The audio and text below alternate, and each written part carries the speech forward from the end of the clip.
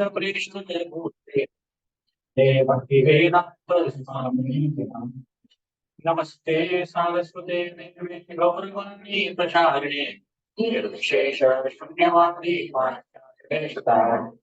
जय श्री कृष्ण चैतन्य प्रभु नित्यानंद श्री अद्वैत गदाधर स्वामी हरे कृष्ण कृष्ण कृष्ण कृष्ण हरे हरे हरे राम हरे राम मुखं करोति वाचालं पंगुं लंघयते तत्कृपातमहं श्रीगुरुवे नमः। हरे कृष्णा। आप सभी का स्वागत है इस रविवार की भगवद गीता कक्षा में। हम लोग चर्चा कर रहे हैं भगवद गीता के 9वें अध्याय से। कौन सा श्लोक पढ़ा था हमने पिछली बार? 28।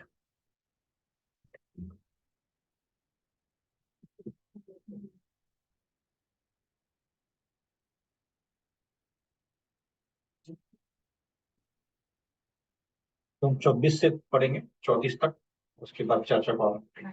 9वां अध्याय 24 श्लोक 24।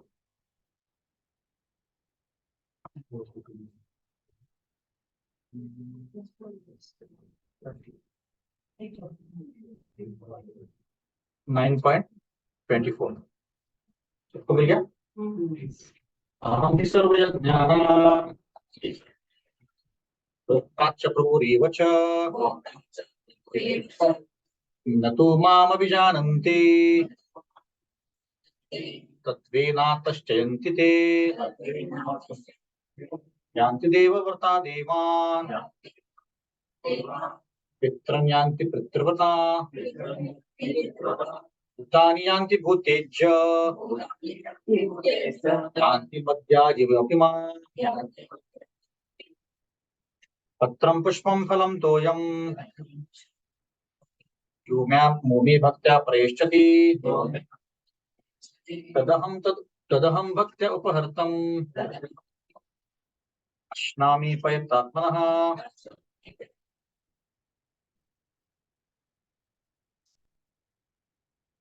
यत्करोषि यदश्नासि यज्जुहोषि ददासि यत् तत्तपस्यस्ति कौन्तेय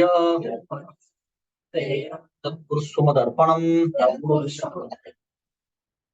शुभाशुभफलैरेवम्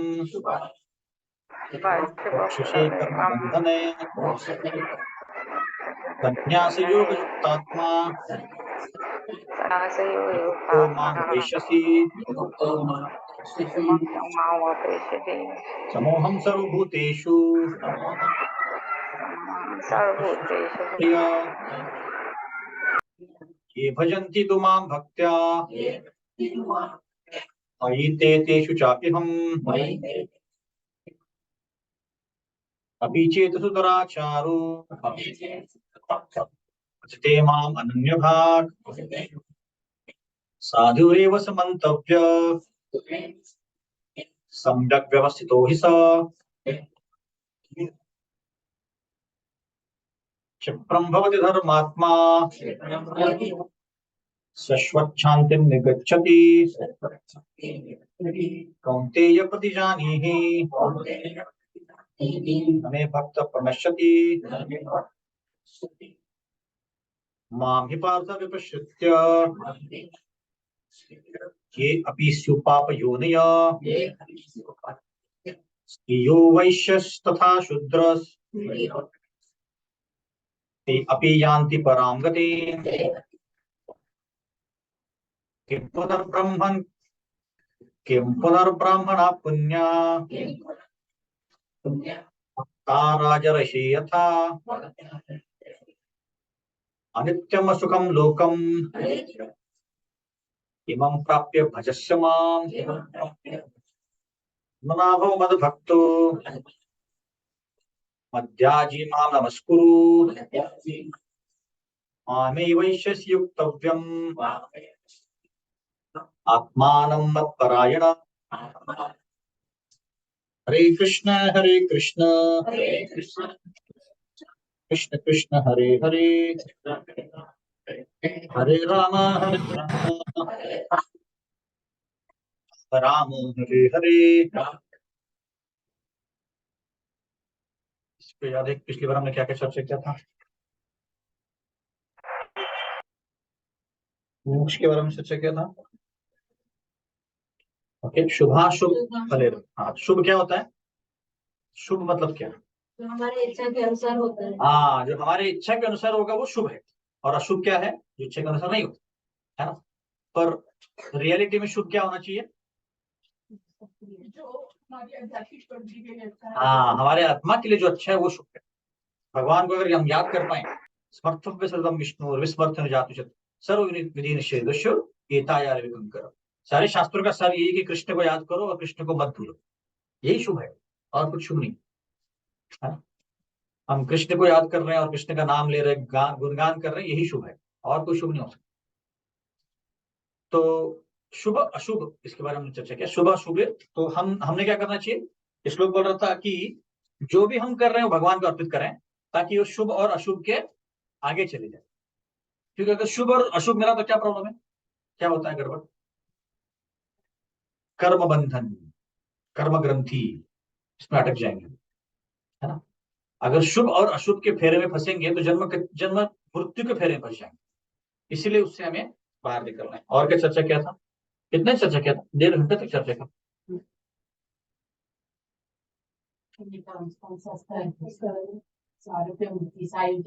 वेरी गुड। कौन से 5 मुक्तियां? सारूप्य, सायुज्य, सालोक्य, सामीप्य, सार्ष्टि। सायुज्य क्या है? ब्रह्म ज्योति में विलीन होना। सामीप्य क्या है? पास पास रहना। सालोक्य क्या है? कि लोक में। और कौन सा बचा? सारूप्य, सारूप्य क्या है? उनके जैसा दिखना। और सार्ष्टि,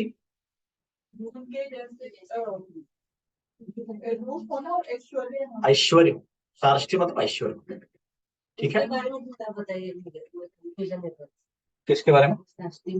सार्ष्टि में मतलब उनके जैसा ऐश्वर्य। मतलब क्या? भगवान के पास कितने ऐश्वर्य हैं? 6 ऐश्वर्य। तो उन ऐश्वर्य से बहुत सुंदर दिखना एक ऐश्वर्य है, या बहुत ज्ञान होना ये भी एक ऐश्वर्य है। जैसे 6 ऐश्वर्य है। कौन से है? सुंदर दिखना, ज्ञान होना, शक्तिशाली होना, है ना? और क्या है? यश, सब जगह फेमस होना, ये एक है। वैराग्य, वैराग्य और बुद्धिमत्ता, ये 6 ऐश्वर्य है। तो इनमें से कोई एक ऐश्वर्य ज्यादा रूप में होना। जैसे बलराम जी जो हैं बहुत सुंदर दिखते हैं, कृष्ण ही एक्चुअली एकादश, बट वो ऐश्वर्य उनमें है। शक्ति भी है पर बलराम, या आप देखो तो परशुराम, परशुराम किसके लिए फेमस है? शक्ति के लिए। और उन्होंने क्षत्रियों का 21 बार संहार किया, तो वो ऐश्वर्य उनमें आ गया। फिर सबसे सुंदर रूप धारण किए हुए कृष्ण का कौन सा रूप है? मोहिनी मूर्ति, है ना?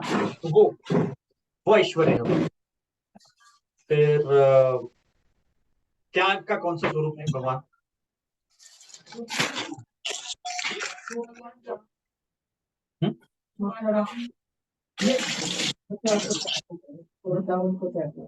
नहीं, चैतन्य महाप्रभु जैसे सन्यासी बने, है ना? फिर और क्या रह गया? शक्ति को मैंने चर्चा किया, सुंदरता बोला, फेमस, ऐसे तो एक कोई ऐसे ऐश्वर्य होना या सारे ऐश्वर्य होना, ये तो हम अगर ऐसे ऐश्वर्य को पाते हैं तो वो हम ऐश्वर्य को पाना मतलब साष्टी है, ऐसे कोई एक ऐश्वर्य, ठीक है? और एक स्वरूप मतलब सारूप्य मतलब उनका जैसा रूप पाना, उनके जैसा दिखना, ऐसे, ठीक है? और एक चीज हमने चर्चा किया था, मुझे याद है, युक्त वैराग के बारे में चर्चा किया। युक्त वैराग जानते हैं क्या होता है? युक्त वैराग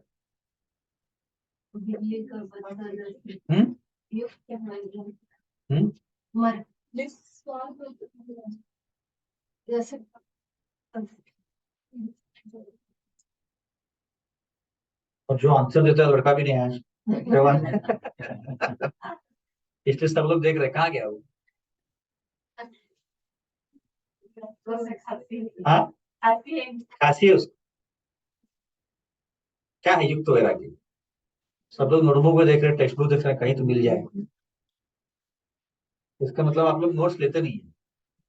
ठीक है, यदि कर्म अपने फल कृष्ण को अर्पण कर देते हाँ, हैं। Correct correct. मतलब जो जो भी चीज, कोई भी चीज हो, वो भगवान के सेवा में अर्पण कर। जैसे प्रभु जी और माता जी घर भगवान की सेवा में अर्पण कर रहे हैं, आप भी कुछ कुछ कुकिंग करके लाते हो, वो आप मतलब आपका घर भी एक तरह से एक्सटेंडेड हाउस है ये इसका, है ना। तो इसका मतलब है कि हम हमें हमारे घर में जो भी है वो हम भगवान की सेवा में अर्पण करेंगे, या हमारे पास जो भी है भगवान की सेवा में अर्पण करेंगे, तो हो गया युक्त वगैरह, है ना? ऐसे। तो इसके बारे में काफी विस्तार में चर्चा किया था। टर्म में लिखा, पर मुझे बाकी सब कुछ लिखा है। ये कर्मों में लिखा है।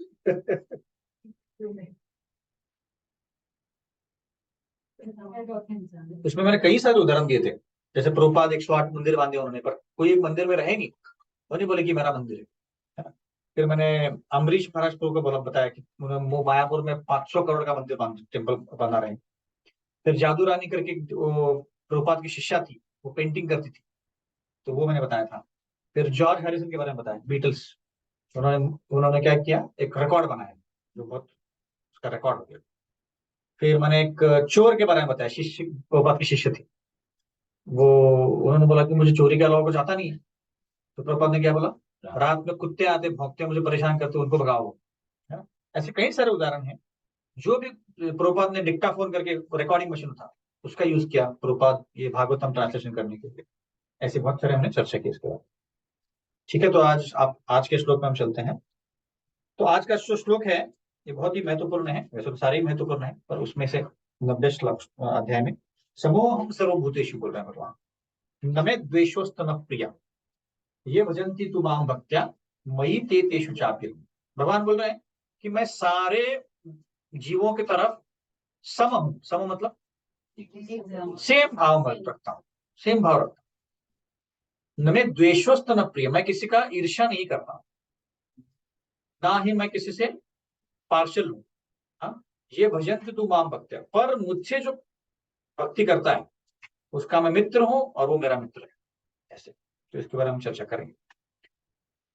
तो कृष्ण भगवान जो है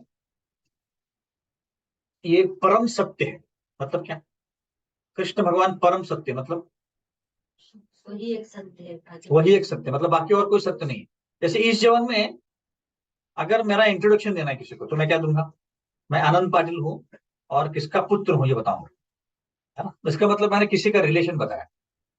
क्या मैं बताऊंगा कि ऐसे ऐसे कंपनी में काम करता हूँ, मतलब उस कंपनी का रिलेशन आ गया। या मैं कहाँ रहता हूँ, मैं कैक्टस कोंडवा रोड पे रहता हूँ, तो वापिस से कोई चीज का रिलेशन आ गया।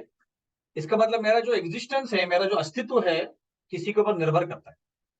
कि कोई किसी के रिलेशन में इंडिपेंडेंट नहीं बोल सकता हूँ मैं कि मैं ऐसे हूँ वैसे।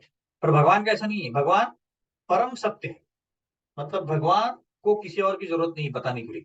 ऐसे नहीं बोलने की जरूरत है कि भगवान यशोदा के बेटे हैं, हम बोलते हैं पर जरूरत नहीं है उनको, इसलिए वो परम सत्य है। अंतिम ट्रुथ, अल्टीमेट ट्रुथ, मतलब उनके आगे कुछ है ही नहीं आगे। हम ढूंढते बैठेंगे कौन इसका जनक है, पूरी सृष्टि का निर्माता है, तो वही है। ऐसे इसीलिए भी वो सबसे सबको समाभाव देखते हैं। जैसे कोई पिता है या माता है, उसके अगर 2-3 लड़के हैं लड़कियां हैं, तो वो समभाव से देखते हैं। ऐसे नहीं देखते कि ये ज्यादा अच्छा है वो ज्यादा बुरा है ना। ऐसे।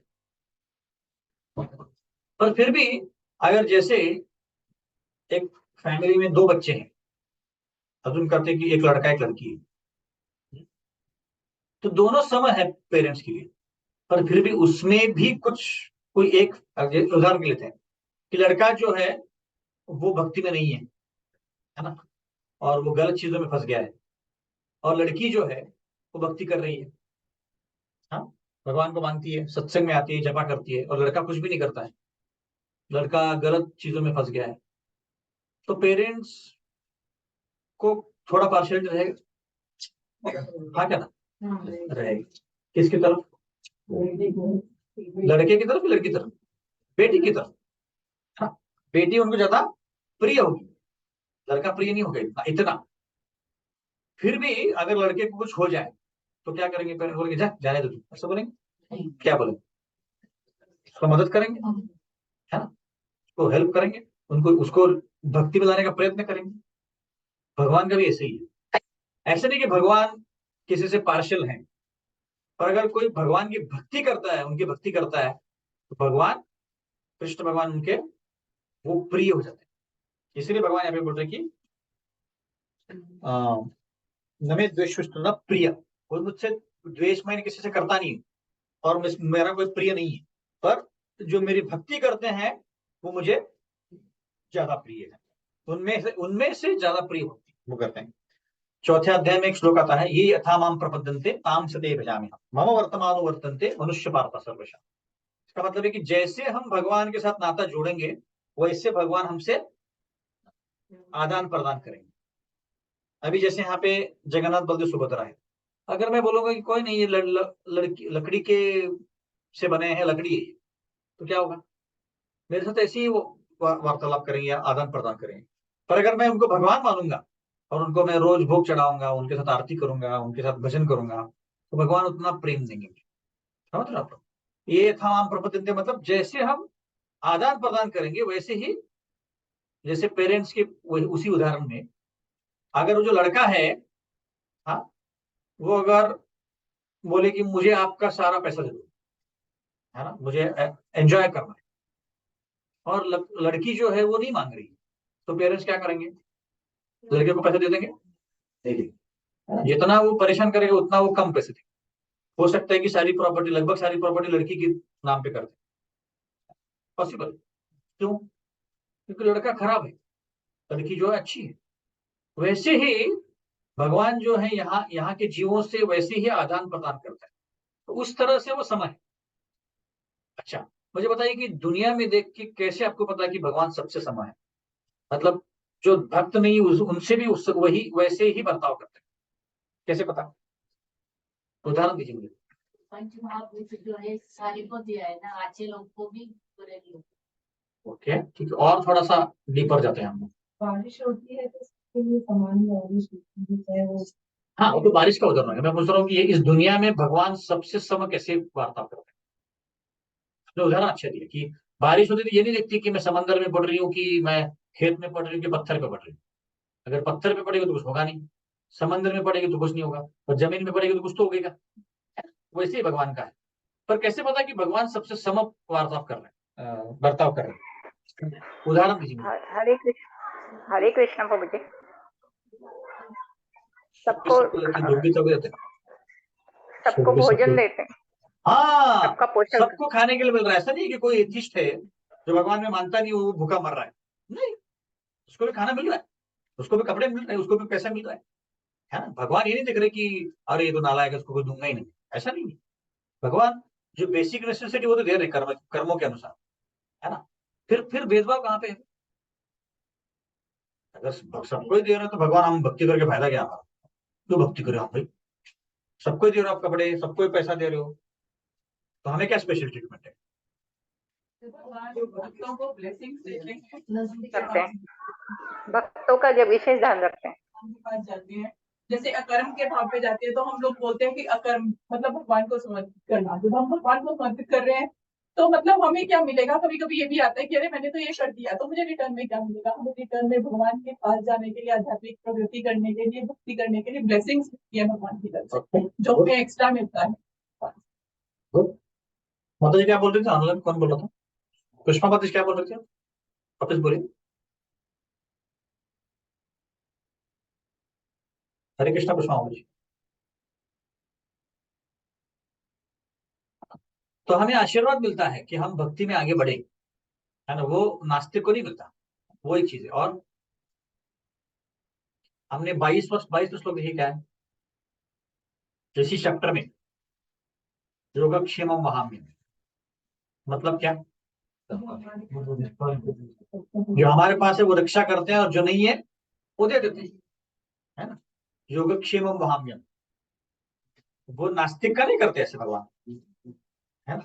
कोई उदाहरण इसके लिए जो जो उपस्थित थे तब 9.22 डिस्कस किया था हमने। कलयुग की मेमोरी है, सब होगा।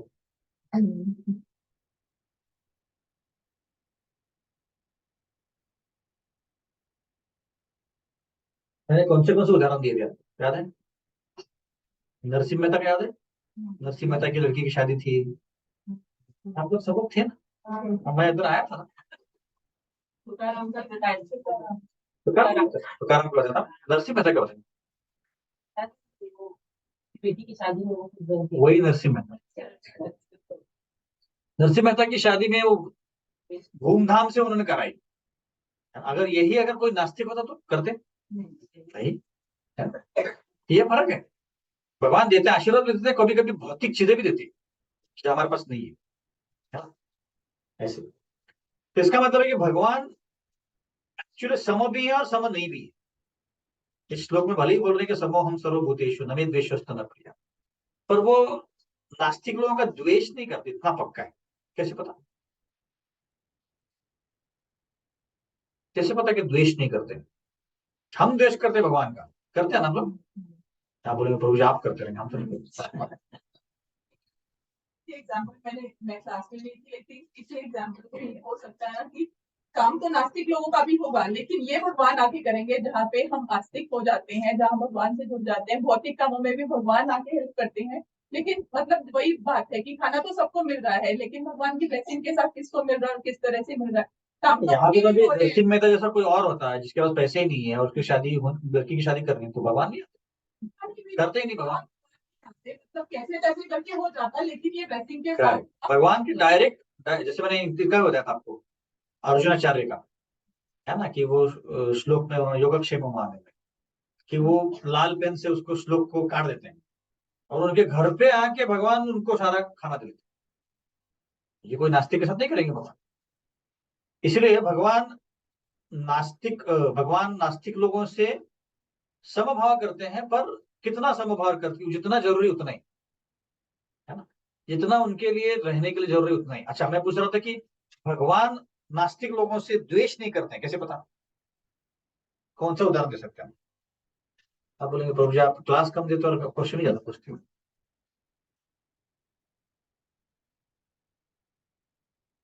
क्योंकि 7वें स्कंद में जब युधिष्ठिर महाराज के का राजसूय यज्ञ चल रहा था, तो नारद मुनि आए थे, कृष्ण थे, सब लोग थे, और युधिष्ठिर महाराज के सामने शिशुपाल की मृत्यु हुई। शिशुपाल को किसने मारा? कृष्ण ने मारा, और उनका जो आत्मा था कृष्ण के शरीर में जाके मर्ज हो गया। हाँ, तो नारद मुनि को युधिष्ठिर महाराज ने पूछा कि ऐसे कैसे कि शिशुपाल इतना नालायक व्यक्ति था और वो कृष्ण के शरीर में चले गया और उसको मुक्ति मिल गई, उसको सारी चीज मुक्ति मिल गई, तो ऐसे कैसे हो गया? और इतने सारे योगी हैं, इतने सारे ज्ञानी हैं, इतने सारे कर्मी हैं जो कई सालों से, कई जन्मों से भगवान की भक्ति कर रहे हैं और उनको भगवान दर्शन भी नहीं देते, ऐसे कैसे? तो युधिष्ठिर महाराज कंफ्यूज हो गए, बोले कि भगवान भगवान ऐसे पार्शियल कैसे? और हम कृष्ण लीला में भी देखते हैं कि पूतना जैसे राक्षसों को धात्री का रूप दे दिया आध्यात्मिक जगत में, तो भगवान ऐसे कैसे? फिर जमील जो सारे पाप करता था उसको मोक्ष दे दिया, और दक्ष प्रजापति जैसा कर्मी व्यक्ति था जो बहुत सारे यज्ञ करता था, उसका सर काट दिया और उसको बकरी का रूप दे दिया। आप सबको कथा नहीं पता होगी, पर ऐसा हुआ। दक्ष प्रजापति ब्रह्मा का लड़का था और उसने शिव जी का अपमान किया, इसीलिए उसको उसका सर काटा गया, उसको बकरी का सर मिल गया। ऐसे कैसे? युधिष्ठिर महाराज कंफ्यूज हो गए कि एक साइड में कृष्ण ऐसे करते हैं और एक साइड में ऐसे करते हैं, ऐसे कैसे? है ना?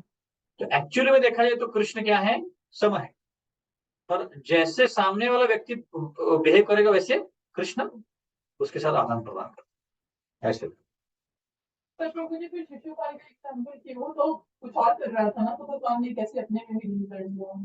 देखिए शिशुपाल का हमें अगर बैकग्राउंड पता चलेगा तो हमको समझ में आएगा। शिशुपाल कौन थे? जय विजय थी। अच्छा, हाँ हाँ हाँ। और भगवान कृष्ण का मारना और किसी और का मारना में बहुत अंतर है। और उन्होंने वो इच्छा करी थी कि हम भगवान से वो युद्ध करेंगे, कुछ ऐसा भगवान की इच्छा थी कि हम युद्ध करें। जय विजय थे, वो रखवाले थे वैकुंठ के, हाँ द्वारपाल थे। और कृष्ण का मारना और किसी और का मारना इसमें फर्क है। इसीलिए परम सत्य बोलते हैं कि कृष्ण अगर किसी को मारेंगे तो उसका नुकसान ही नहीं होगा, उसको क्या होगा? उसको मोक्ष मिलेगा। इसलिए कुरुक्षेत्र में जो जो कृष्ण के सामने जिनकी मृत्यु हुई वो सारे कहाँ गए? मोक्ष मिल गया उनको। जो ईर्ष्या करते थे पर उनके सामने मर गए, उनको ब्रह्म ज्योति मिल गया। जो ईर्ष्या नहीं करते थे, प्रेम का भाव आ गया, उनको वैकुंठ वास मिल गया। आप सोचिए, और वो भी सामने के पार्टी में रह के ऐसे। तो इसलिए कृष्ण का मारना और कृष्ण का प्रेम करने से फर्क नहीं है। कृष्ण का मारना और कृष्ण का प्रेम करने से फर्क नहीं है, क्योंकि परम सत्य। इसलिए हमारे उसमें फर्क है, हम अगर मारेंगे किसी को या प्रेम करेंगे उसमें फर्क है, पर कृष्ण का ऐसे नहीं है ना। तो यही इसलिए तो भगवान है ऐसे। तो कृष्ण भगवान जब वृंदावन में आए थे तो 12.5 साल या 12 साल रहे वृंदावन में, और उसके बाद मथुरा चले गए। तो जब मथुरा में चले, मथुरा में कृष्ण बलराम और बाकी सब गोपचारे थे। तो जब कृष्ण भगवान 12 साल के थे, वो दिखते थे 15 साल के। क्यों? बलिष्ठ नहीं थे, क्योंकि यशोदा, शास्त्र आचार्य बोलते हैं कि यशोदा माई सबसे टॉप मोस्ट दूध उनके देते। उनके पास 9 लाख गायें थी। कितनी? 9 लाख गायें। और उनमें से जो टॉप 10 थे, को बोलते हैं कौन से गाय? अष्टगंधा गाय, पद्मगंधा गाय, पद्मगंधा गाय। मतलब हमने एक गाय देखी एक्चुअली पुरी में, जगन्नाथपुरी के आउटस्कर्ट्स में एक बहुत बड़ा सा गौशाला है। उसमें ऐसी तगड़ी गाय है, वो कृष्ण के वंशजों से आई हुई है गाय। एक ही गाय वो बची होगा, इतनी तगड़ी है। तो बैल भी उसके सामने इन्फीरियरिटी कॉम्प्लेक्स हो जाएगा ऐसी। तो ऐसी तगड़ी, और सिर्फ तगड़ी नहीं, हाई क्वालिटी गाय। मतलब क्या? कि उसका दूध मतलब अमृत, ऐसा दूध था उसका। ऐसे दूध पिलाती थी, इसीलिए कृष्ण 15 साल के दिखते थे ऐसे। तो ब्रह्मा जी बोलते हैं ब्रह्म संहिता में, ईश्वर परमा कृष्ण सच्चिदानंद विग्रह अनादिरादिर गोविंद सर्व कारण कारण चिंतामणि प्रकर सद्म शुकल्प वृक्ष लक्षावतेषु सुरभीर विपालयन्तम् लक्ष्मी सहस्त्र सत संभ्रम सेवमानम् गोविंदमादि पुरुषम् ईश्वर परम कृष्ण सच्चिदानंद विग्रह। तो भगवान का रूप कैसा है? सच्चिदानंद मतलब क्या? सत मतलब इटरनल, चित्त मतलब आनंदमय, ज्ञान, सॉरी ज्ञान। सच्चित आनंद, आनंद मतलब आनंद, प्लीज। तो भगवान ऐसे ज्ञानमय है, इटरनल है और आनंदमय है ना। और भगवान का जो शरीर है वो क्या है? चिन्मय है। चिन्मय मतलब नहीं, चिन्मय मतलब क्या? चिन्मय मतलब आध्यात्मिक, वो बूढ़ा नहीं होता है। जैसे कृष्ण भगवान दिव्य 125 साल रहे जिसका इस क्षय भौतिक नहीं दुनिया में। होता, यस माता जी। दिव्य जिसका क्षय नहीं होता वो चिन्मय। हाँ करेक्ट, 125 साल रहे। बट जब 125 साल के हुए थे तो दिखते थे कैसे? 12 साल या 13 साल के लड़के के जैसे। बूढ़े बिल्कुल नहीं हुए। उनको पोते हुए, पर पोते हुए, लाखों पोते पर पते। उनकी पत्नी कितनी थी? 16,108। और हर एक को 10 लड़के थे और एक लड़की। तो कितने हो गए? कैलकुलेट निकले। इतने इतने उनके पोते पर पते थे ऐसे, है ना। पर भगवान दिखते थे 12-13 साल जैसे ऐसे। इतने नव यौवन में है भगवान। और आध्यात्मिक जगत में तो उनका जो यौवन है वो बढ़ता जाता है ना ऐसे। और वो क्या कर रहे हैं? वो सबको आनंद प्रोवाइड कर रहे हैं, आनंद दे रहे हैं, है ना। इसीलिए अगर हम भक्ति करते हैं तो हमें आनंद मिलता है। और कोई चीज में आनंद क्यों नहीं मिलता? क्योंकि भगवान हमें आनंद उसी में दे रहे हैं। इस भौतिक दुनिया में अगर हम आनंद ढूंढने का प्रयत्न करेंगे, नहीं मिलेगा, क्योंकि आनंद इस भौतिक दुनिया में है ही नहीं। जो भी छोटा छोटा मोटा है वो क्या है? इल्यूजन है। इल्यूजन मतलब हम भ्रमित हो जाता है। लोगों को लगता है कि अच्छे कपड़े पहन लिए, अच्छा घर ले लिया, अच्छी गाड़ी ले ली, स्विट्जरलैंड चले गए तो खुश हो गए। नहीं, ऐसा नहीं होता। ऐसा तो सारे स्विट्जरलैंड वासी खुश हो जाते, ऐसा तो है नहीं। टेम्पररी। स्विट्जरलैंड वाले लोग इंडिया में आते हैं देखने के लिए, इंडिया में क्या है। और इंडिया वाले बहुत जाते हैं स्विट्जरलैंड में, इसलिए वहाँ पे माउंट टिटलिस करके एक माउंटेन है, उसके साथ ऊपर लिखा है, हम लोग गए थे, हिंदी में लिखा है, आपका माउंट टिटलिस पे स्वागत है, ऐसे लिखा है। क्योंकि इंडिया से बहुत लोग आते हैं। इंडिया में बर्फ बहुत कम दिखता है, जम्मू और शिमला, कुल्लू शिमला में दिखता है, तो इसलिए इंडिया के लोग वहां पे जाते हैं ऐसे। तो शास्त्र के अनुसार वो जो छोटा बालक है 12 साल का, वही कृष्ण है, ईश्वर परम कृष्ण सच्चिदानंद विग्रह। वो सारे सारे जो यूनिवर्सेस हैं, ब्रह्मांड है, उसको कंट्रोल कर रहा है। और इस दुनिया में क्यों आते हैं वो? लीला करने के लिए, हमें आकृष्ट करने के लिए, है ना, आकृष्ट करने के लिए आते हैं। आप सोचा अगर कृष्ण नहीं आते तो क्या होता? भागवतम होता ही नहीं, भगवत गीता होती ही नहीं, हमारा सत्संग होता ही नहीं, है ना। हम भौतिक दुनिया से आध्यात्मिक जगह जाते कैसे?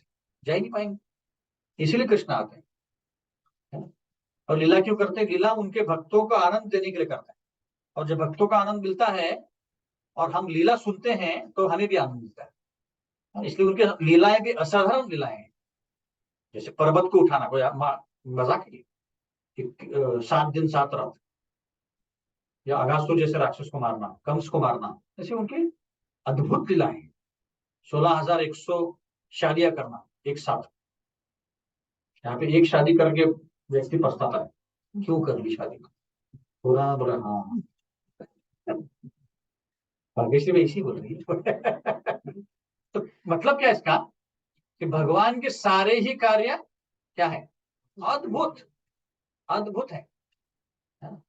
कोई साधारण नहीं। और उसमें से भी 16,108 शादी करने के बाद भी सारी रानियां खुश थी, और सबको भी उतना ही समय मिलता था। इस भौतिक दुनिया में पत्नी हमेशा बोलती है कि मेरे लिए को थोड़ा टाइम दो, मेरे लिए थोड़ा टाइम दो, और पति बोलता कहाँ से लाओ टाइम? तो कृष्ण भगवान के पास टाइम ही टाइम था, सबके साथ खेल रहे थे। नारद मुनि जब जाते हैं द्वारका में देखने के लिए कृष्ण क्या कर रहे हैं, तो हर हर महल में कुछ और ही कर रहे थे। एक एक महल में अपनी बेटी की शादी कर रहे हैं, एक महल में अपनी बीवी के साथ कुछ खेल रहे हैं, हर महल में कुछ और कर रहे थे। और हर महल में कृष्ण ने नारद मुनि का स्वागत किया। तो ऐसा उनका ऐश्वर्य है। तो जब मथुरा में पहुंचे तो पहला उनको व्यक्ति मिला, एक धोबी, कपड़े धो रहा था। अब ये जो धोबी था, इससे भगवान ने बोला कि ये मुझे कपड़े दो तो बहुत अच्छे हैं। तो धोबी बहुत गुस्सा हो। धोबी ने बोला कि तुम्हारी ये हिम्मत कि तुम मुझसे कपड़े मांग रहे हो। उसको पता नहीं थी कौन है ये। तो बोला कि ये कपड़े किसके हैं? कंस के। कंस राजा के हैं और तुम मुझसे कपड़े मांग रहे हो, तुम्हारी जरूरत कैसी? ऐसे बोला उसने। तो ऐसे क्यों बोला उसने? क्योंकि किसका संग था उसका? कंस का संग था। इसलिए इस दुनिया में भी संग कौन सा कर, जैसा संग वैसा रंग। हम जैसा संग करेंगे वैसे होंगे। जैसे मैंने बताया था कि पिछली बार, कि 5 लोग जो हमारे आसपास हैं जिससे हम ज्यादा संग करते हैं, उनके हम एवरेज होते हैं। तो ये जो वॉशरमैन था या धोबी था, वो कंस से संग करता था, इसलिए उसका हृदय भी कैसा हो गया था? कंस के जैसा, राक्षसी प्रवृत्ति का हो गया था वो। उसने पहचाना नहीं। उसने बोला कि तुम्हारी कैसे जरूरत होगी ऐसे करने की। शास्त्र में बोलते हैं साधु संग सर्व शास्त्र कहे, लव मात्र साधु संग सर्व सिद्धि होए। मतलब आध्यात्मिक प्रगति करने का एक ही उपाय है, साधु संग। शुद्ध भक्तों का अगर संग मिल जाए तो एक लव मात्र, लव मात्र मतलब कितना? लव मतलब फलक झपकने के 1 मतलब क्या बोलते, 1/10, 1/10।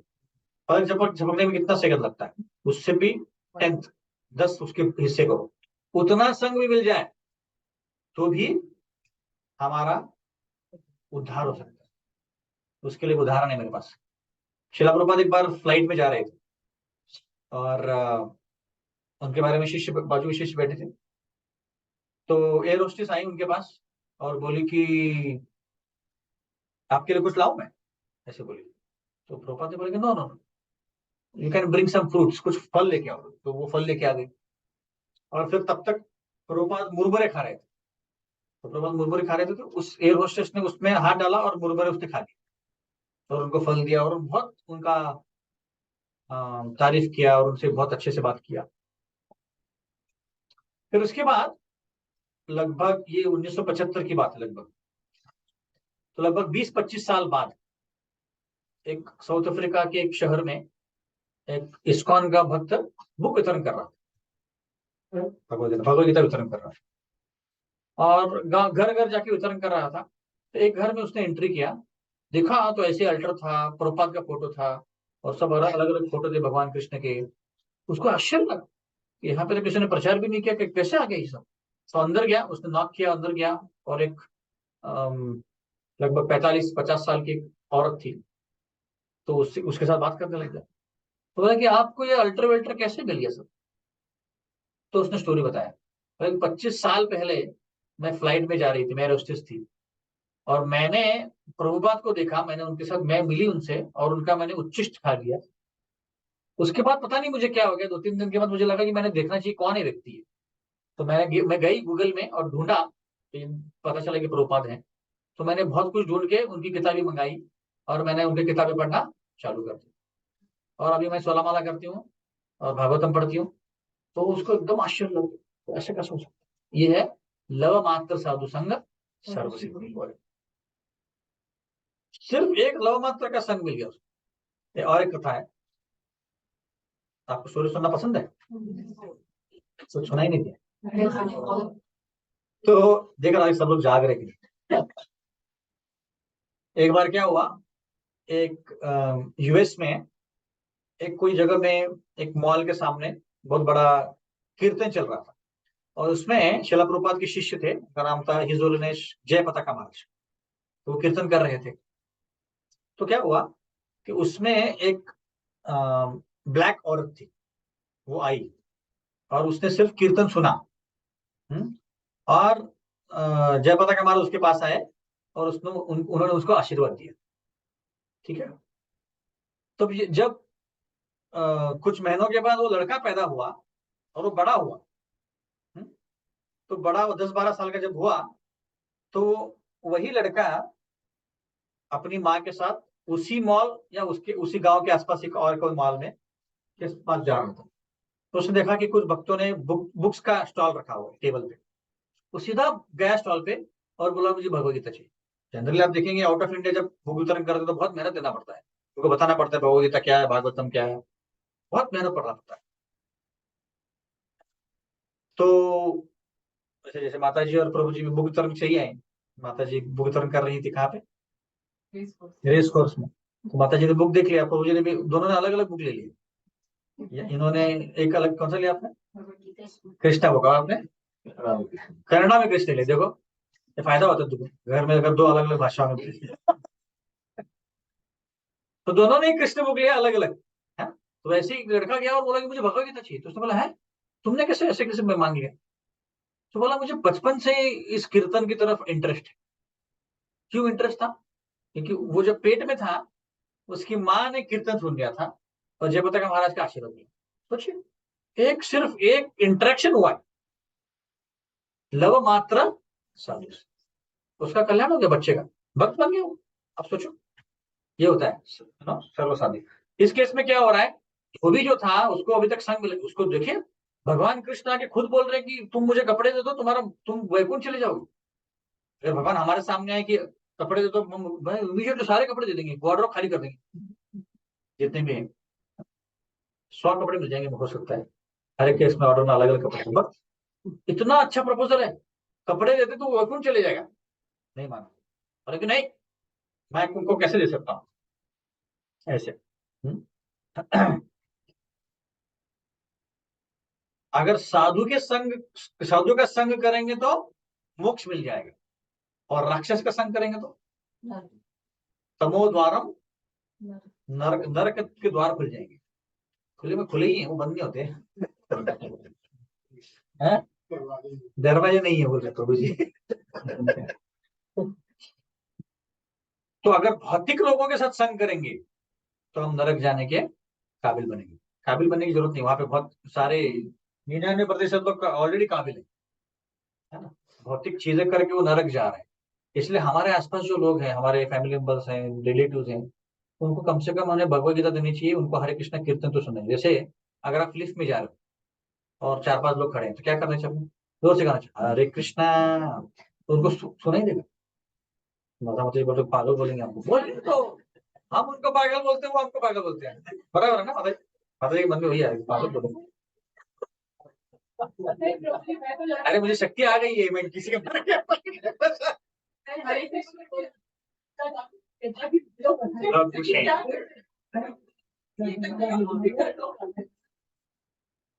आज जा रहा था सुबह लिफ्ट में हमारे अपार्टमेंट में, तो मैं हरे कृष्णा बोलता, हरे कृष्णा, तो लोग बोले क्या कर रहा है, देखो तो क्या फर्क पड़ता है। मुझे वो लिफ्ट के दरवाजे के मिरर में दिख रहा था कि लोग मुझे ऐसे देख रहे हैं, गुरु देखा तो देखा, पागल बोलेंगे, हम भी उनको पागल ही बोलते हैं। भौतिक चीजों के आसपास पागल है।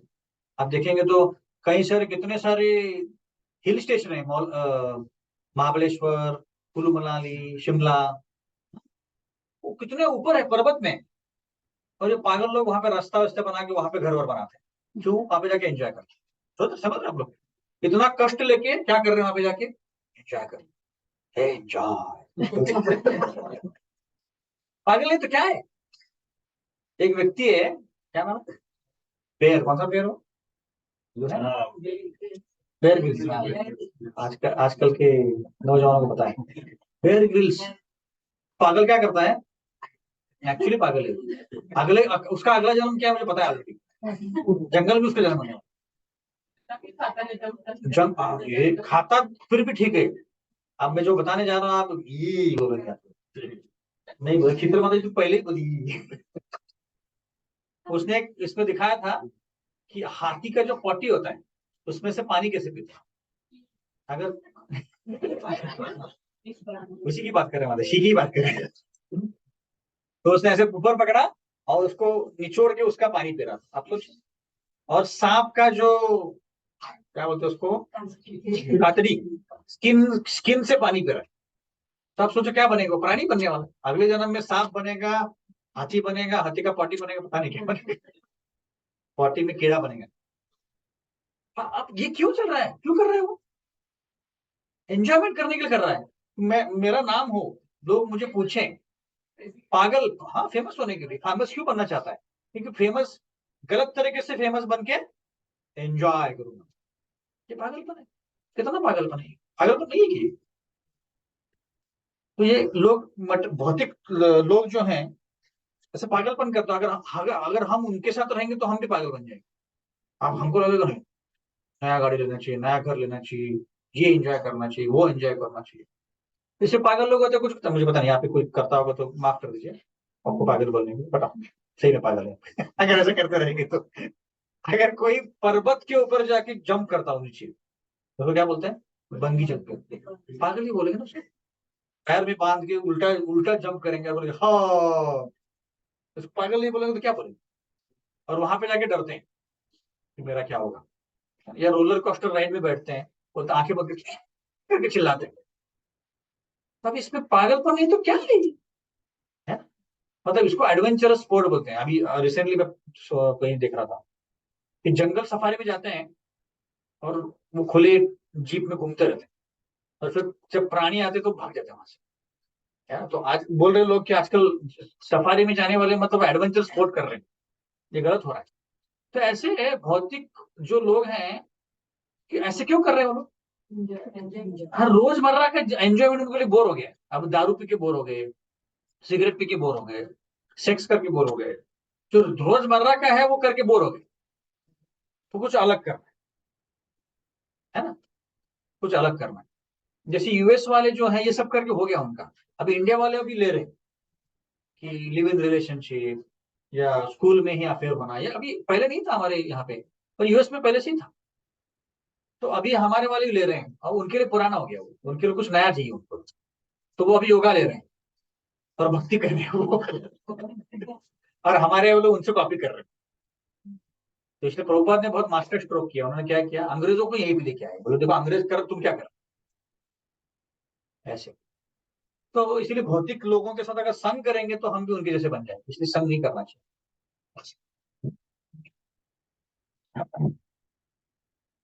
और आध्यात्मिक रूप में हम सारे बच्चे हैं भगवान के, तो इसलिए भगवान सबसे समभाव में रहते हैं इसलिए। हाँ?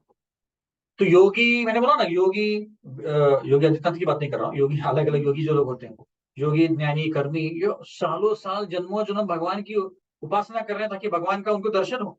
और ये पागल, तो किसकी बात कर रहा हूँ मैं, धोबी की बात कर रहा हूँ। धोबी के उदाहरण के वापस आते हैं। धोबी उसके सामने भगवान खड़े हैं और उनको बोल रहे कि नहीं, ये कपड़े तुमको नहीं दूंगा। पागल है ना फिर ऐसे। और ये सारे लोगों के लक्ष्य एक ही होता है कि भगवान के साथ उनका संग हो और भगवान के साथ और है। और भगवान भगवत गीता में बोलते हैं, बहुनाम जन्म नाम अंते ज्ञानवान मां प्रपद्यते वासुदेव सर्वमिति समार्थ सुदुर्लभ। बहुत बहुत जन्मों के बाद, बहुनाम जन्म नाम अंते, ज्ञानवान जो ज्ञानी व्यक्ति है मुझको पाता है। ज्ञानवान मां प्रपद्यते वासुदेव सर्वमिति, वासुदेव ही भगवान ही सब कुछ है, ये उसको बहुत जन्मों के बाद पता चलता है। हम भी वही हैं, बहुत जन्मों के बाद जाके फिर यहाँ पे सिटाडेल में एम्प्रेस में आए हम भक्ति करने के लिए। अभी भी इधर उधर घूम ही रहे, बट कम से कम हफ्ते में एक बार आ रहे हैं भक्ति करने के लिए, है ना। ये भवनाम जन्म ने अंत ही है ऐसे। तो ये जो व्यक्ति था, भगवान ने क्या किया फिर उसको, इसको हल्का से यहाँ पर टच किया। किसकी बात कर रहा हूँ? अलग अलग स्टोरी बताने पर कहीं भूल गए। वो बोलते प्रभु जी आपका क्लास मतलब भूल भुला ही है। कौन सी स्टोरी चालू कर। तो उसके धोबी के ऊपर इधर सिर्फ हाथ रख दिया तो उसका सर कट गया। अब बोले प्रभु जी की तो गलत हो गया, सिर्फ कपड़े ने दी इसलिए मार देना चाहिए उसको। बोलो, उसको मुक्ति दे दी। सिर्फ क्या हुआ, उसको वैकुंठवास नहीं मिला। कहाँ गया वो? फिर ब्रह्म ज्योति में गया। अगर वो कपड़े देता तो वैकुंठवास मिल जाता। अब पता नहीं वापस आएगा, तो वापस वो कब भक्ति करेगा, वापस कब जाएगा, उसको ही पता। फिर ब्रह्म ज्योति में विलीन हो गया वो। फिर भगवान आगे चले गए, कृष्ण भगवान। तो उनको एक टेलर मिल गया। तो टेलर को बोला कि मेरे लिए अच्छे कपड़े सिल दो। तो टेलर ने बोला कि मैं बहुत खुश हूं कि मैं आप कपड़े सिलने वाला हूँ। तो उसने बहुत अच्छे अच्छे कपड़े सिल के भगवान को दे दिए। और भगवान ने बोला कि तुम्हें क्या चाहिए बताओ। भगवान ने बोला कि तुम्हारी जो भी इच्छा है पूरी हो जाएगी, सारी इच्छा पूरी हो जाएगी, और तुमको धन मिलेगा, सब कुछ मिल जाएगा। और इस जीवन के अंतकाल में तुम अंतकाल जमा में वो कहाँ पहुंचोगे? वैकुंठ पहुंच जाओगे। तो सिर्फ कपड़े सिल के दे दिए तो वैकुंठ पहुंचे। आप सोचिए, रामायण में भी कथा आती है कि राम और सीता की जब शादी हुई, कहाँ हुई उनकी शादी? जनकपुरी में, नेपाल में, है ना। नेपाल का था ना जनकपुर? तो वहां पे शादी हुई उनकी। तो वहां पे एक दर्जी था, टेलर। तो उसको बोला गया, बहुत अच्छा टेलर था, तो उसको बोला गया कि राम और सीता के तुम कपड़े सिलो। तो उसने सिल दिए, फिर उसने उसके पैसे ले लिए। हाँ। और जब शादी में गया वो देखने के लिए कैसे कपड़े दिखते हैं, और जब देखा राम और सीता को, तो उसको लगा अरे बाप रे, मैंने बहुत बड़ी गलती कर दी। क्या गलती कर दी? तो मैंने पैसे ले लिए। तो भगवान राम ही है और उनके कपड़े पहन सिलाने के मैंने पैसे लिए। हाय हाय हाय बोला, बहुत बड़ी गलती। तो उसको जन्म मिला, अगला जन्म। तो कौन था? ये टेलर जिसकी मैं बात कर रहा हूँ, यही टेलर है मथुरा में। सेम टेलर जो पिछले जन्म में रामायण में था। अब बोले प्रभु ये रामायण तो बहुत साल पहले हुआ था, है। तो बीच में उसने क्या किया बताया नहीं भागवतम में। पर इतने सालों के बाद तो फिर से जन्म मिला, फिर से। अब उसने मौका नहीं गवाया। अब उसने मौका नहीं गया। ऐसे बोलते हैं कि उसके बाद उसने शिव जी की तपस्या की और बोला कि नहीं, मुझे भगवान की सेवा वापस करनी है। तो शिव जी ने उनको आशीर्वाद दिया कि हाँ तुझे और एक मौका दिया जाएगा, है। और तुम जब अगली बार आओगे, तुमको सेम टेलर बनोगे, तुमको सीना है कपड़े। उसने बोला ठीक है। उसके बाद भगवान आगे चले गए, कृष्ण बलराम। तो एक फूल वाला था, उसका नाम था सुदामा। ये सुदामा और सुदामा सेम नहीं, दोनों अलग अलग सुदामा। अवंती का सुदामा और ये सुदामा अलग है। उज्जैन वाला। उज्जैन में जब ये कृष्ण और सुदामा एक साथ रहते थे, वो सुदामा अलग है। तो इसको बोला कि तुम अच्छे अच्छे गार्लन दे दो हमको। तो उसने भी बिना कुछ नखरे किए अच्छे गार्लन बना के दे दिए। तो भगवान ने उसको आशीर्वाद दिया। बोला कि क्या चाहिए तुम्हें? तो सुदामा ने बोला कि मुझे आपका सदा काल के लिए दास बनना और आपके भक्तों का भी दास बनना, ऐसे बोला।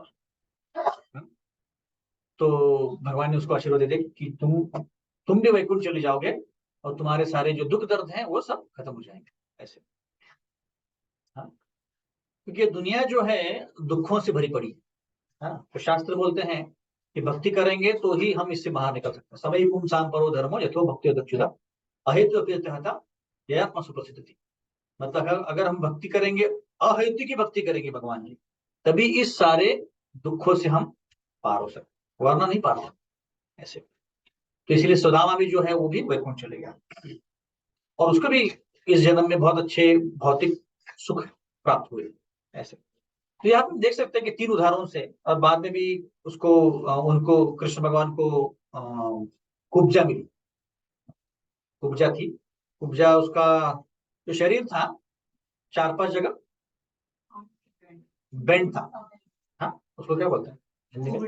कुबड़ी बोलते हैं। हाँ, मराठी में कुबड़ी ही बोलता है, हिंदी में कुबड़ी बोलते हैं।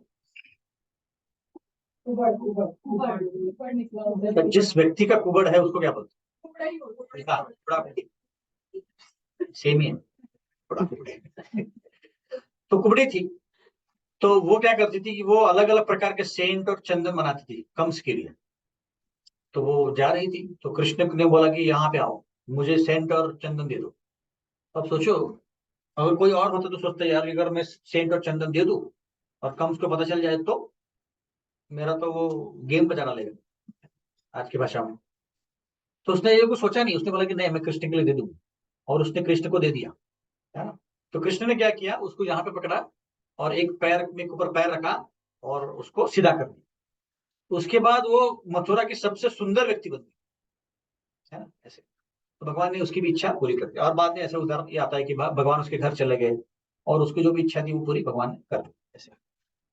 तो हम यहाँ पे देख सकते हैं कि भगवान जो चाहते हैं अगर वो हम करेंगे तो हमारे जीवन में क्या लाभ होता है। जो धोबी था उसने भगवान जो चाहते थे वो नहीं किया, और जो टेलर था और जो फूल वाला था उसने कर दिया, कुब्जा ने भी किया, तो उनको लाभ मिल गया। बाद में हम देखते हैं कि भगवान जाके चांदुर मुष्टि को मारते हैं, कुवलिया पीड़ा करके एक हाथी था उसको भी मार देते हैं। तो भगवान और उनका भी भला हो जाता है, ऐसा नहीं कि उनको भी मोक्ष मिलता है। पर जो भगवान अगर जो बोलते हैं हम अगर करेंगे तो हमको ज्यादा लाभ मिलता है। तो इसलिए हमने अपने जीवन में हमने इवेल्युएट करना चाहिए कि हमारा मेरे जीवन का लक्ष्य क्या है, और मेरे जीवन में सबसे मुझे मौल्यवान चीज क्या चाहिए। मौल्यवान चीज मेरा गाड़ी बंगला ये चाहिए, पैसा चाहिए, कि भगवान का प्रेम चाहिए, कृष्ण प्रेम चाहिए, ये हमने इवेल्युएट करना चाहिए, है?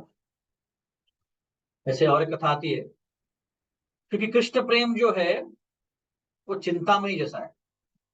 नाम चिंतामणि कृष्ण चैतन्य रस विग्रह पूर्ण शुद्ध नित्य मुक्त अभिन्नत्व नाम। जो नाम है भगवान का चिंतामणि के जैसा है, में कुछ भी दे सकता है। तो ऐसे एक बार एक व्यक्ति था, वो शिव जी का उपासना कर रहा था।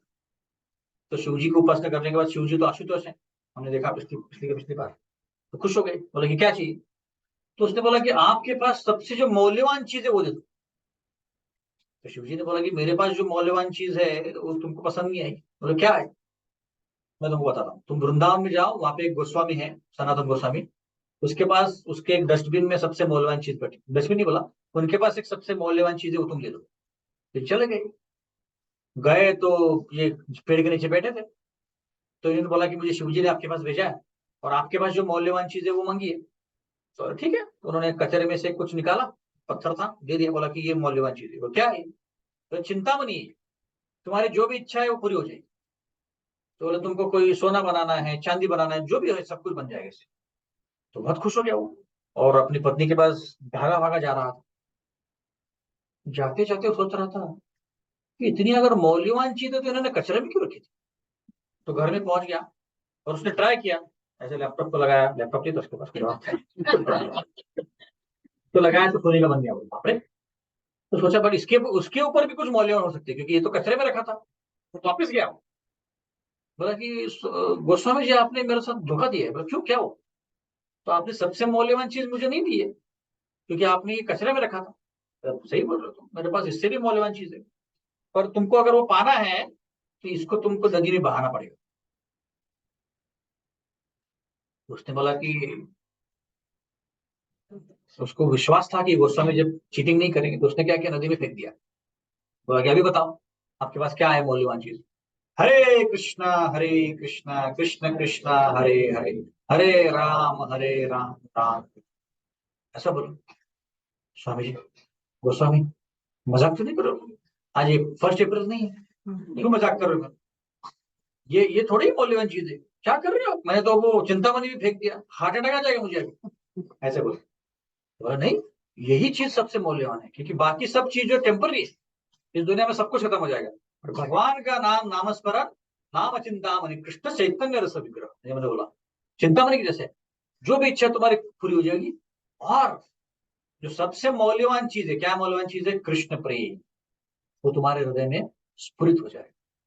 तो उसको, अब सनातन गोसाई कोई साधारण व्यक्ति नहीं है, तो उसने सुन लिया और वो घर चले गया।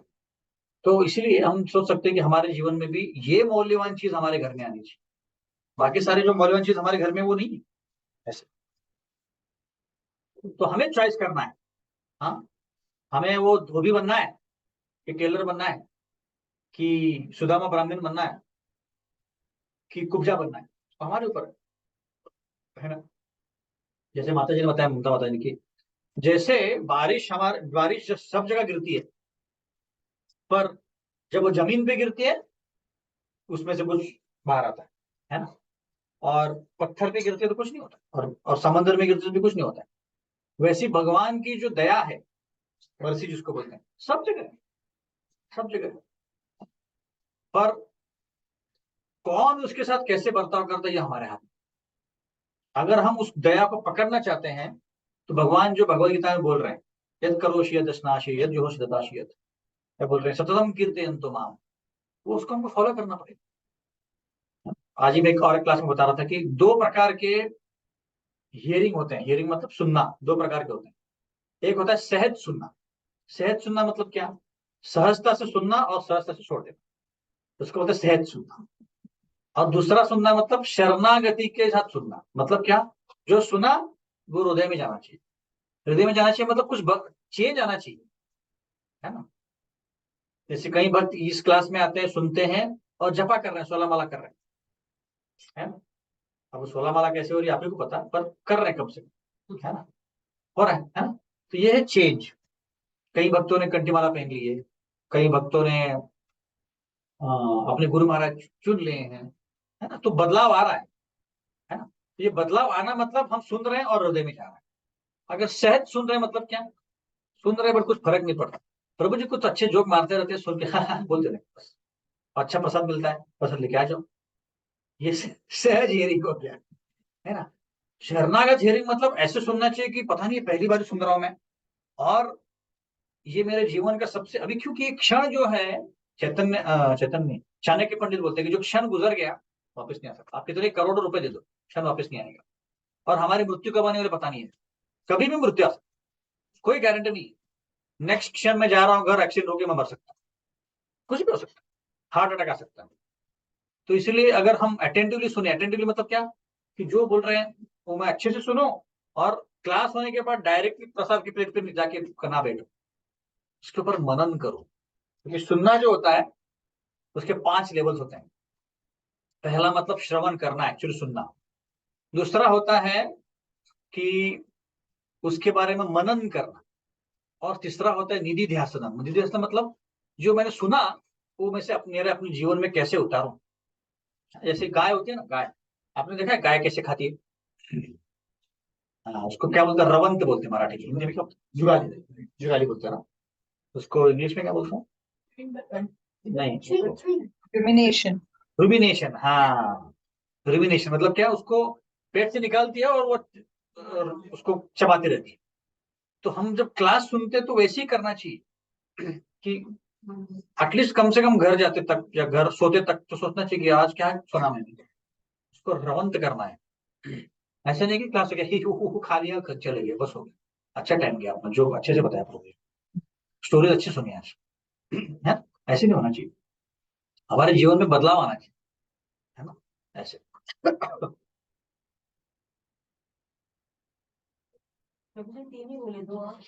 क्या बोले वो?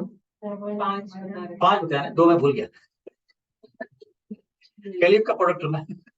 निधि ध्यासना, फिर लास्ट का समाधि है, और सेकेंड लास्ट है, मैं भूल गया। एक हफ्ते पहले ही मैंने क्लास दी थी, उसमें बताया था मैंने, पर मैं भूल गया। मुझे अगर कोई मैसेज चलेगा तो मैं शाम को भेज दूंगा व्हाट्सएप पे। आप मैसेज भेजने के लिए रिमाइंडर भेजना पड़ेगा।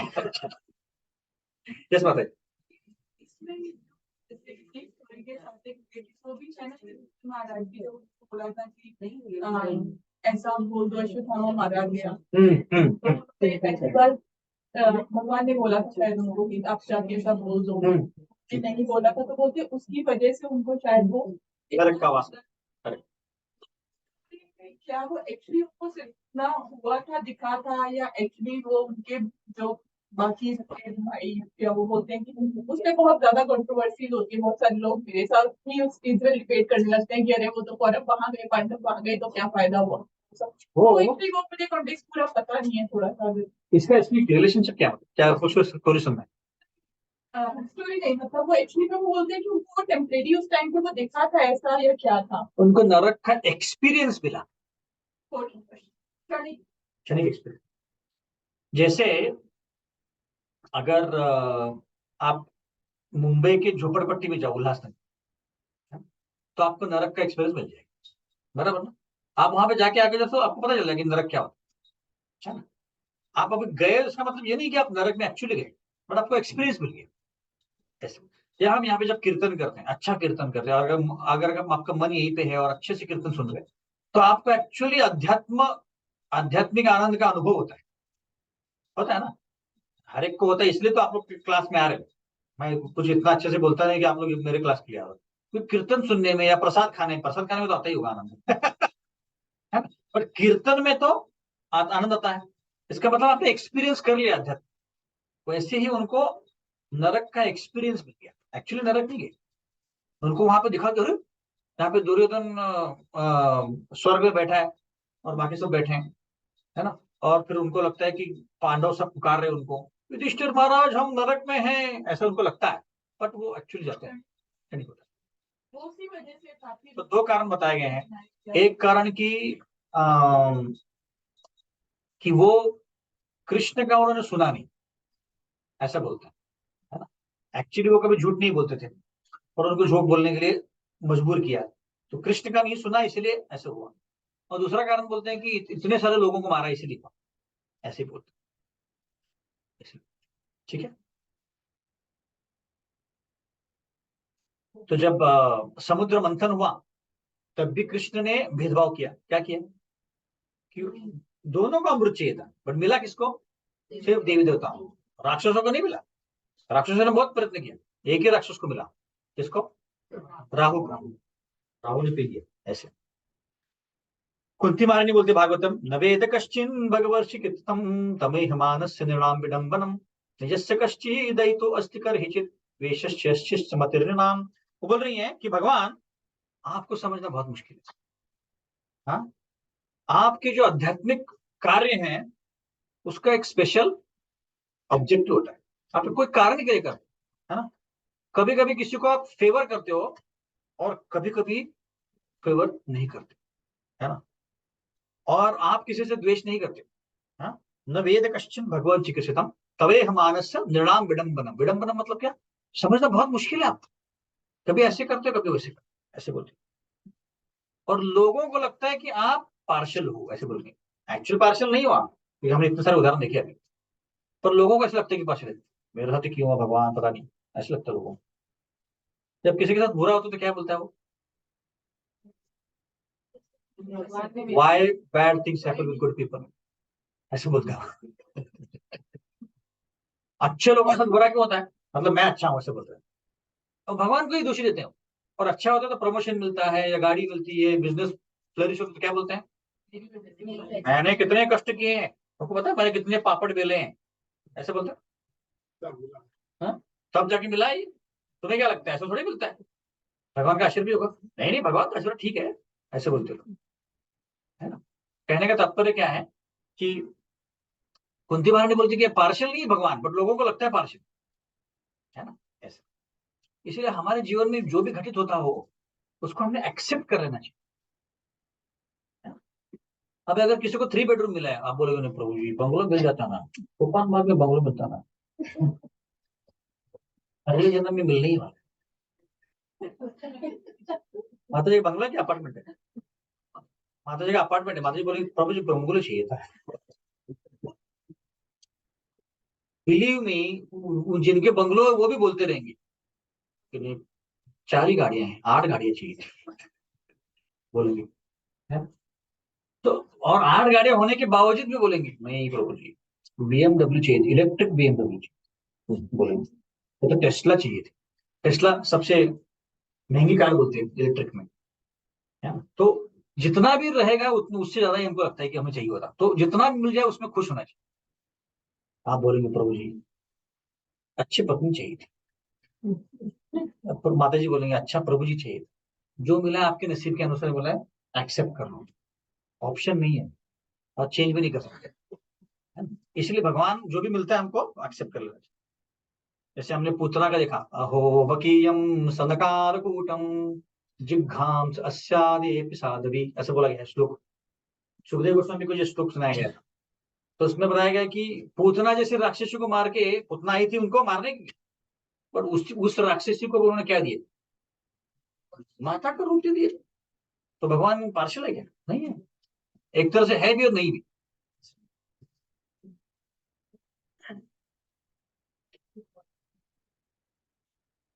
तो जग में एक्चुअली 2 अलग अलग प्रकार के लोग हैं, तो भगवान को क्या करना पड़ता है, अलग ट्रीटमेंट देना ही पड़ता है ना, अलग ट्रीटमेंट देना ही पड़ता है।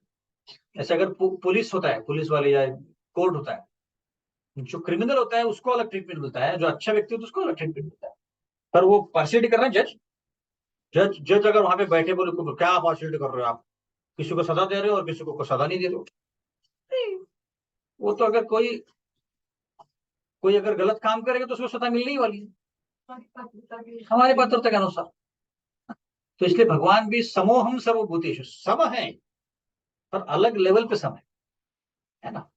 अगर जैसा कोई व्यवहार करेगा वैसे ही उसको मिलेगा। तो हम भी भक्ति में जैसा हम भक्ति करेंगे वैसे हमको मिलेगा भक्ति। अगर हम पूरी तरह से शरणागत होंगे, नरसिंह मेहता तुकाराम महाराज जैसा, तो कृष्ण भगवान हमारे लिए विमान भेज देंगे, बोइंग नहीं, वैकुंठ विमान, है ना?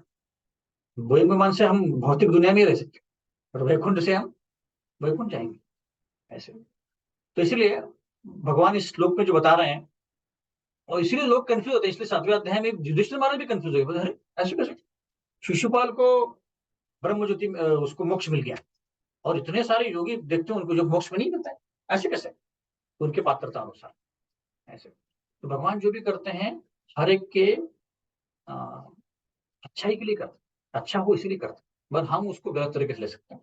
तो हमने समझना चाहिए कि मेरी ही योग्यता है कम पड़ रही है, इसलिए मैं भक्ति में आगे नहीं बढ़ पा रहा हूँ या पढ़ पा रही, है ना।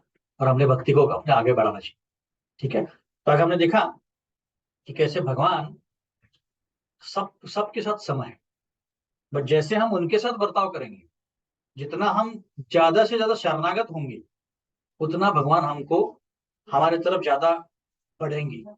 जैसे बोलते हैं कि हाँ, अगर हम 1 कदम रखेंगे तो भगवान कितने कदम रखते हैं, हजारों कदम रखते हैं ऐसे। हरे कृष्णा। कोई प्रश्न है किसी को?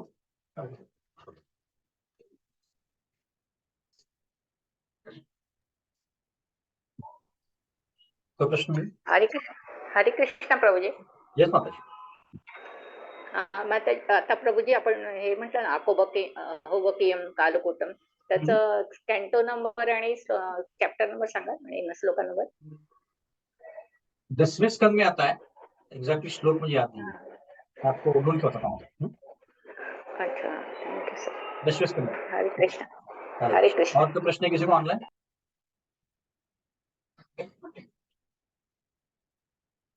ठीक है, 2 मिनट के लिए कीर्तन करते हैं. यस. एक असं होतं की जर आपण दुसऱ्यांना सांगतो की हे नका करू, तर ते असे म्हणू शकतात की तुम्ही भोगले मग आता आम्हाला काय नको. सही बात कर रहे हैं. हमारे घर में भी यह आंदोलन चलता है, घरों घरी त्याग सुख. एक्चुअली हम बच्चों को बोलते हैं देखो हमने सब कुछ करके अभी इसमें आए हैं, इस मकाम पे आए हैं, तो हमें अभी पता चल रहा है. अगर हम बचपन में बताए तो हम बचपन में भक्ति करते हैं. तो आप लोग इतना फॉर्चुनेट हो कि आपको अभी पता चल रहा है, तो यू शुड टेक इट. हमने जबरदस्ती नहीं करनी चाहिए, उनको बोलो कि आपको एंजॉय करना तो करो. तो ये सबसे टॉप मोस्ट है, ये सबसे अच्छा है. इसमें जो एंजॉयमेंट है वो बाकी चीजों में नहीं. मैं बता सकता हूँ, प्रेम से बताना।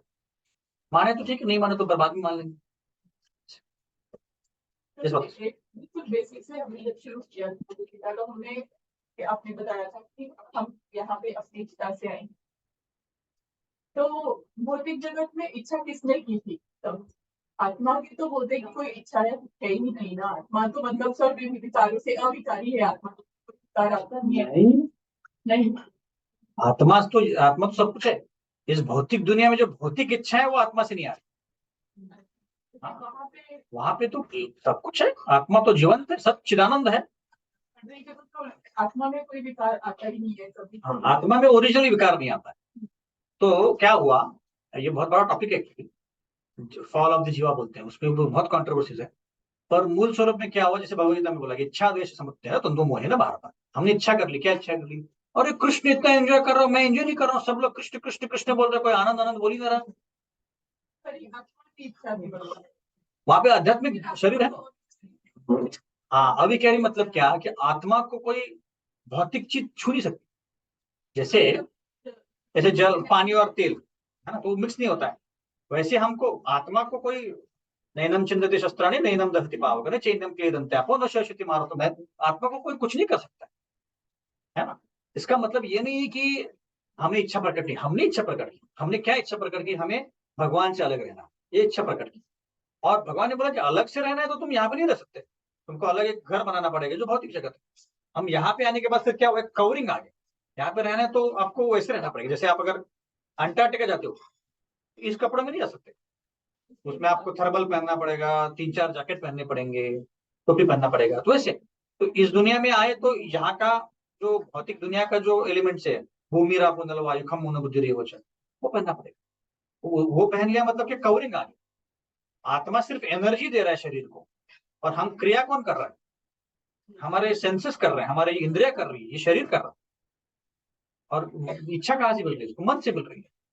और मन में कहाँ से इच्छा आ गई, आत्मा से आ तो आत्मा से रहे, बट अभी सक्रिय नहीं आत्मा। आत्मा सिर्फ एनर्जी दे रहा है, जैसे बैटरी होता है कोई खिलौने का, खिलौने को जो एनर्जी कहाँ से मिल रहा है, बैटरी से। तो सिर्फ बैटरी बैटरी जैसे एनर्जी देता है, वैसे ही आत्मा इस शरीर को एनर्जी दे रहा है। पर मूल इच्छा किसकी थी, आत्मा की थी। अब बंद कर मतलब कर कौन रहा है, शरीर कर, ये तो गड़बड़ है। इसलिए हमारा कंट्रोल ही नहीं है। आपको क्या लगता है कि जैसे तीसरे अध्याय में अर्जुन पूछ रहा था, न प्रयुक्त न पापम पर चरति पुरुष। अर्जुन बोल रहा है कि इस दुनिया में लोग पाप करते हैं, क्यों करते हैं, ऐसा करते हैं कि किसी ने फोर्स कर दिया। जैसे कोई चोर होता है, या अगर आप यूएस में बात करो तो जैसे वहां पे सेक्स फ्री है, तो अनलिमिटेड करते हैं लोग। क्यों कर रहे हैं, चोरी क्यों कर रहे हैं, डाका क्यों डाल रहे हैं, खून क्यों कर रहे हैं, उनकी इच्छा नहीं है एक्चुअली, देखा है अनकंट्रोलेबल कर रहे हैं वो। क्यों, क्योंकि वो काम जो है, काम एश क्रोधेश रजोगुण समझ महाशनो महापापमा विद्ये। जो काम है, काम मतलब क्या, डिजायर, इच्छा, इच्छा इच्छा कि मुझे करना है, उसके द्वारा प्रवृत्त हो रहे हैं और वो कर रहे हैं। तो ये कहां से आ रहा है, हमारी जो मूल इच्छा है कृष्ण से द्वेष करने की, वही इच्छा के कारण हम कर रहे हैं। तो ओरिजिनल इच्छा वही थी, पर अभी आके सब कुछ गड़बड़ हो गया, क्योंकि शरीर के अंदर है, हमें भक्ति करना है तो भी गड़बड़ है। हमें लगता है कि मुझे 16 माला कर रहे हैं, मुझे भगवतम पढ़ रहे हैं, पर अध्यात्म हमने इतना सारा, उसको मतलब मराठी में पसारा, हिंदी में क्या बोलते हैं उसको, व्याप, इतना सब बना दिया है। शादी कर ली, बच्चे हैं, घर है, ये है वो है, तो इच्छा होने के बावजूद भी हम कर नहीं पा रहे। जैसे आपने मुझे बोला, पता है पहली बार जब आप क्लास में आए, मतलब बहुत दिनों के बाद, कि मेरे मन में कुछ गड़बड़ चल रही थी। तो ये कहाँ से आ रहा है, क्योंकि हमने उसको डेवलप किया है। अब अगर अभी उसको अभी क्या करना है उसके बाद, अभी तो हो गया, ठीक है छोड़ दो, भौतिक दुनिया में आ गए, हम क्या करें। अब ज्यादा से ज्यादा संग ले लो, ज्यादा से ज्यादा जपा कर लो, ज्यादा से ज्यादा सुनो, ज्यादा से ज्यादा भगवदगीता पढ़ो। जितना हम आध्यात्मिक इसमें रहेंगे, उतना हम उस भौतिक चीज को भूलते जाएंगे, और आध्यात्मिक चीज का हमारा जो कवरिंग है वो निकलता जाएगा। जैसे आप अगर मूवी थिएटर में जाते हो, मैं जाने की बात नहीं कर रहा हूँ, मत जाओ, हम बोलते हैं कि जाना नहीं चाहिए, पर अगर मूवी थिएटर में जाते हो, तो जब थिएटर में 3 घंटा बैठे हो, तो आप कहाँ पे हो, मूवी थिएटर में कि बाहर हो, मतलब दुनिया में हो, हाँ मूवी में हो आप। एग्जैक्टली मैंने बताया था उदाहरण कि मेरे पिताजी जो है जो मूवी देखते थे बोलते मार मार पड़ पड़, वो मूवी वाले को बता रहे हैं, वो क्या थोड़ी सुनने वाला है। और क्योंकि वो इतना घुस गए, वैसे ही हम लोग एक्चुअली इस दुनिया के नहीं है पर इस दुनिया को भी समझ रहे हैं, और इस शरीर में आए हैं तो इस शरीर का ही सुन रहे हैं। मन बोलता है कि नो ये करो अभी, बहुत है क्या प्रभु जी, बहुत बोर कर रहा है, मैं टीवी देखती हूँ, मोबाइल देखती हूँ, इंस्टाग्राम देखती हूँ। ये कौन कहाँ से इच्छा आ रही है? ये आत्मा की मूल इच्छा प्रकट हो रही है इस तरह से। तो उसका एक ही सोल्यूशन है, जितना ज्यादा जपा करें, जितना ज्यादा भगवत गीता सुने, जितना ज्यादा संग करें, उतनी ज्यादा धीरे धीरे धीरे वो इच्छा जाएगी। जितना तीव्रता से करेंगे उतनी जल्दी जाएगी। हायर टेस्ट, हायर टेस्ट मिलेगा तो लोअर टेस्ट जाएगा। लोअर टेस्ट इतनी जल्दी जाता नहीं। हाँ, क्योंकि इंद्रिया और जो इंद्रिय भोग वस्तु है उसका बहुत क्लोज कनेक्शन है, तो उसको तोड़ना पड़ेगा ऐसे। ठीक है, लेकिन प्रभु जी कर्मों के हिसाब से ही कि भगवान कृष्ण ने बोला है कि अंत समय जो अंतकालिक समांग व्यवस्था मुक्ता कलेवर। लेकिन हमारी जो भगवान का कीर्तन हम भक्ति कर रहे हैं, लेकिन अपने मन में अगर हम स्मरण नहीं कर पाए तो भगवान को हमें छोड़ देंगे। भगवान बोलते हैं कि तुम मेरे पे छोड़ो, तुम सिर्फ भक्ति करो, मृत्यु के समय मैं आगे सब कुछ करूँ। जैसे अभी इस्कॉन में जो जो भक्त शरीर छोड़ते हैं, उसके आसपास 50 भक्त आके बैठते, बोले तू भौतिक चीज याद कैसे करेगा, हम तो याद ही नहीं दिलाए। इतना कीर्तन करेंगे, इतना कीर्तन करेंगे, तो ये भौतिक चीज याद ही। एक ब्रह्मचारी के पिता थे, उनकी माता अभी भी, मतलब उनकी जो वाइफ थी अभी भी जिंदा थी जब उन्होंने शरीर छोड़ दिया। उन्होंने बोला कि जब मैं शरीर छोड़ूंगा मेरे फैमिली में किसी नहीं आना चाहिए, बाकी भक्त लोग आके कीर्तन करेंगे बट मेरी फैमिली बस नहीं आएगी, क्योंकि वो चाहते ही नहीं थे कि मेरा फैमिली वाले मेरे पास आ के मैं उनको याद करूँ। ऐसे तो भगवान अरेंजमेंट करते हैं। ऐसे कितने सारे उदाहरण है, इसमें भक्त भूल गए हैं, पर भगवान ने इतना सुंदर अरेंजमेंट करके भगवान ही बोले। जैसे एक उदाहरण था, एक मुंबई में एक ब्रह्मचारी की माता जी थी, तो वो गुजर गई, और उन्होंने गुजरने के पहले उन्होंने वृंदावन की राधा रानी जो है, श्यामचंद्र की राधा, उनके लिए कोई गहना दिया था, कोई गहना बनाया था पहले। जब वो गुजर गई तो 2 दिन के बाद वृंदावन से कोई भक्त आए और उन्होंने बोला कि एक कृष्ण प्रभु करके हैं, तो उनको किसी ने गार्लन दिया, राधा रानी का गार्लन दिया। और जनरली वो जो ब्रह्मचारी है किसी और को गार्लन दे देते, पर उस समय उनको लगा कि नहीं मेरे पास रखना चाहिए, तो उन्होंने रख लिया। और जब वो एरोप्लेन में चले गए तो एरोप्लेन में उनको बताया गया, कोई मिला जो उसी जो माता थी, उन जो शरीर छोड़ा था उनके रिलेटिव थे, और उन्होंने बोला कि उन्होंने शरीर त्याग कर दिया। तो इस ब्रह्मचारी ने उनको वही गार्लन दे दिया, बोला कि ये राधा रानी गार्लन उनको दे दिया। तो राधा रानी ने अरेंजमेंट किया कि उनको उसका गार्लन भगवान, हम बोलेंगे भगवान ही बोलते। ठीक है, और क्या प्रश्न? इससे ही इसको कनेक्ट कर सकते हैं। भगवान ने कहा है कर्म करने वाली का से हम अपना तो करते रहे ना, बाकी अरेंजमेंट भगवान करेंगे, जितनी हमारी पात्रता होगी, अगर हमें जाना के हिसाब से मिलेगा। नहीं तो प्रभु जी आपने बताया था ना कि अगले जन्म में वो अरेंजमेंट करेंगे कि हम और अच्छे से वो भ्रष्ट हो जाए, देखिए अच्छे घर में आपको मिलेगा जहाँ पे भक्ति करते हो। कैरी फॉरवर्ड कर पाए हम। ठीक है, और कोई प्रश्न? तो आगे प्रश्न था, हरे कृष्ण सेम प्रश्न था। कर्म हरे कृष्ण पे करेंगे वैसे ही हो गया। 11वां स्कंद दूसरा दूसरा स्कंद जो है उसमें वर्णाश्रम का जो पहला भाग है ना, उसमें लिखा है 17वां शायद श्लोक है, उसमें लिखा है कि जो 4 जो युग है अपने, तो उसमें जो पहला युग है वो कृत युग है करके, यानी क्या? कृत्य ये ध्याय तो विष्णु तेतायाम जितमहि। कृत्य मतलब सत्य, सत्य को कृत्य बोलते, अलग नाम दिया उसको। कृत्य ये ध्याय तो विष्णु तेतायाम सत्य, उसको कृत्य बोलते। ये श्लोक आता ना, कृत्य ये ध्याय तो विष्णु त्रेतायाम जयते मुखे द्वापारे परिचर्यायाम कलौ दधानि कीर्तना। मतलब चारों युगों में अलग अलग उपासना करने के तरीके कौन से? कृत्य ये ध्याय तो मतलब क्या, मेडिटेशन करते थे सतयुग में, हजारों साल मेडिटेशन करते थे ऐसे। कृत्य ये ध्याय तो विष्णु। ठीक है, और तो प्रश्न नहीं?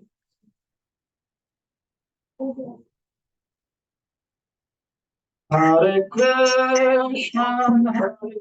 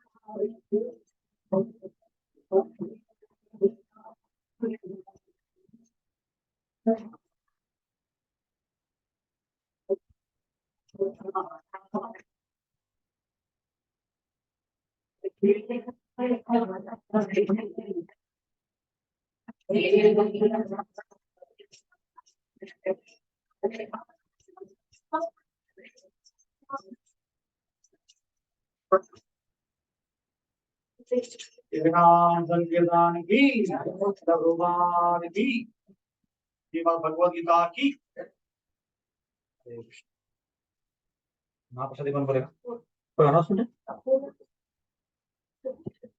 हाँ प्रोग्राम।